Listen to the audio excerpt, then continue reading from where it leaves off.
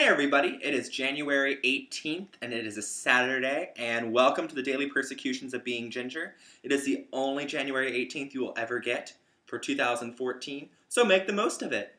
Anyway, I have my cup of tea, which means it's time for a book review.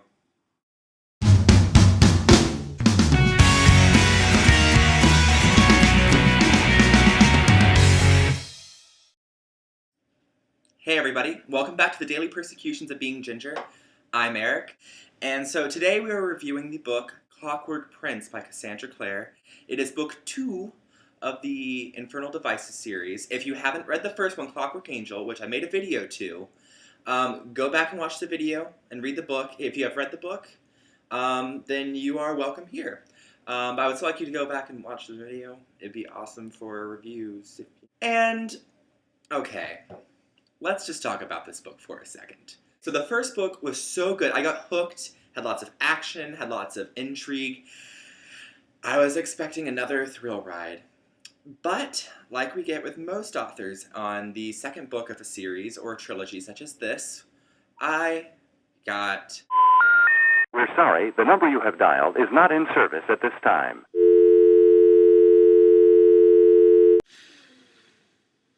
Now, hold on, don't get me wrong, it's not bad. I guess the best way to talk to you about this is by showing you a couple quotes from the book itself, which you know I'm going to do. This is from chapter 13, and it's the introductory poetry quote that we talked about in the first book, and I think best defines the novel. Take my share of a fickle heart, mine of a paltry love.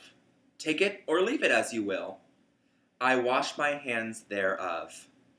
While the first novel basically tended to be lots of action, intrigue, talking about the underworld, downworlders.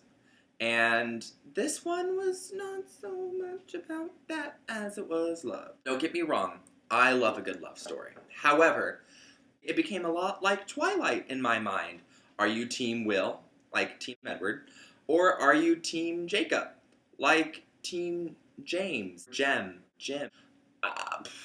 You want to pronounce it? Yeah, that happened. The book was really well written.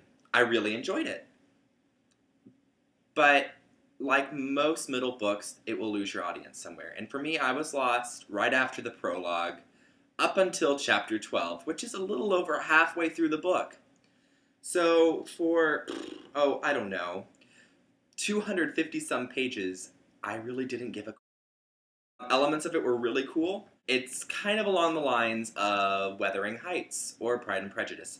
Don't get me wrong, I loved those books. In fact, this is a copy of Pride and Prejudice. It is actually one of my favorite books of all time. It is leather-bound, gold-leafed, etc. It is beautiful. It is beautiful! However, is this what I was getting into? I am slightly upset at the book because a lot of it was just romance, romance, romance, romance, romance. I'm also upset at the book because the first one was like, action, what's going to happen? And so for this one, it was just really discouraging to find it just to be a giant soap opera. Did I still read it? Yes. When it got to a certain point, it actually all really blended together. As much as I hate to admit it, I actually really enjoyed reading this novel, as frustrating as it would appear. The beautiful thing Cassandra Clare does with this novel is talk about the affairs of love in a way that's not necessarily mushy. No matter what happens, all the characters' decisions and choices have meaning. There is a reason they are acting the way they are acting. It actually is probably one of the better novels I've read. Thus, when I quote, "But all these were things he could not want, because they were things he could not have, and wanting what you could not have led to misery and madness." That gets explained. In fact, there is a whole chapter explaining everything. And the beautiful thing I thought about this novel was not just, hey, look, we introduced 3 awesome characters, let's go on the yellow brick road. No, the side characters get development too. I know, it's insane. When I was reading a lot of the reviews online before I actually purchased this book, a lot of people were like, I bawled my eyes out. It was so sad. You will cry. And I was like... In fact, I actually did get quite emotional, but it was not for your main characters, as you would have assumed it would be for. This middle book was probably the best developmental story I have ever seen. Should it have been released as a short story by itself? Probably. Could what happened in like 500 some odd pages been done in 250? I would say yes. However, I am actually really glad I made it through this journey and read it because it was awesome and terrible at the same time. Fun and boring at the same time. Still, I loved it as much as I hated it. This was probably one of the most emotional parts of the book for me. We live and breathe words. It was books that kept me from taking my own life after I thought I could never love anyone, never be loved by anyone again. It was books that made me feel that perhaps I was not completely alone. They could be honest with me and I with them. Reading your words, what you wrote, how you were lonely sometimes and afraid, but always brave, the way you saw the world, its colors and textures and sounds, I felt. I felt the way you thought, hoped, felt, dreamed. I felt I was dreaming and thinking and feeling with you. I dreamed what you dreamed, wanted what you wanted, and then I realized that truly I wanted you, the girl behind the scrawled letters. I loved you from the moment I read them. I love you still. Now, out of context, that seems like a bunch of bull. I felt what you felt. We live and breathe words.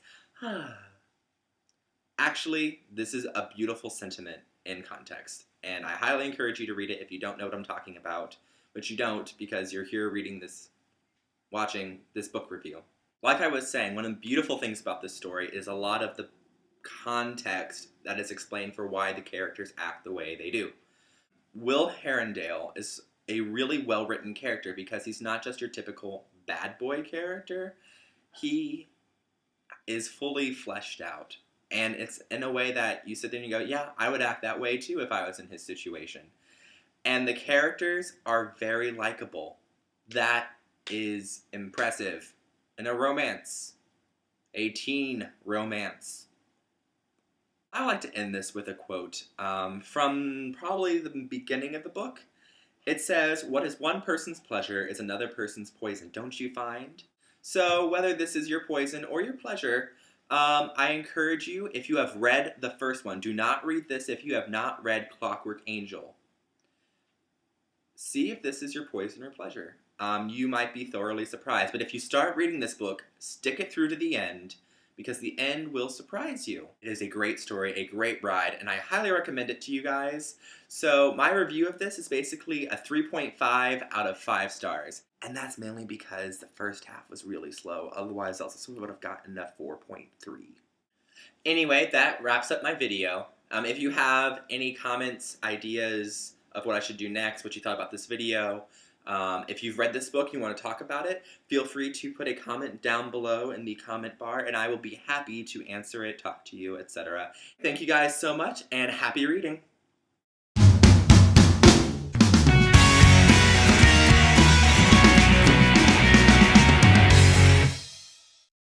By the way, the next book I'm reviewing is going to be Clockwork Princess, which is the third and final book in this trilogy, so if you haven't read any of them, get on it. Okay, bye!